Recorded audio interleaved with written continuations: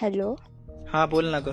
ऐक ना, हा मला आज ना मुलगीवाले बघायला आले होते. मग तू नाही म्हटले असेल एवढं काय ते. नाही, मी त्यांना बोलले विचार करून सांग. विचार करून सांगते म्हणजे त्यात काय, त्याच्याकडे गाडी वगैरे नसेल, आहे त्याच्याकडे सगळं काय आहे. कंपनीत चांगलं कामाला नसेल, मॅनेजर आहे बाळा. पगार कमी असेल, बाळा 1 लाखाच्या वर आहे. स्वतःचं घर नसेल, बाळा बंगला आहे स्वतःचा. मग तुझा विचार काय. मी त्याला सांगते म्हटलं, मी होच बोलणार आहे. तू वेडी आहेस का जरा ग. म्हणजे मी आतापर्यंत जे प्रेम केले ते काय चुतेगिरी केले काय. हा हे बघ, तू प्रेम केलं, सगळं केलं, मला सगळं मान्य, तू मनापासून प्रेम केलं. हा मग? पण तुझ्याकडे आहे काय. मला तू कसं सुखात ठेवणार आहेस सांग.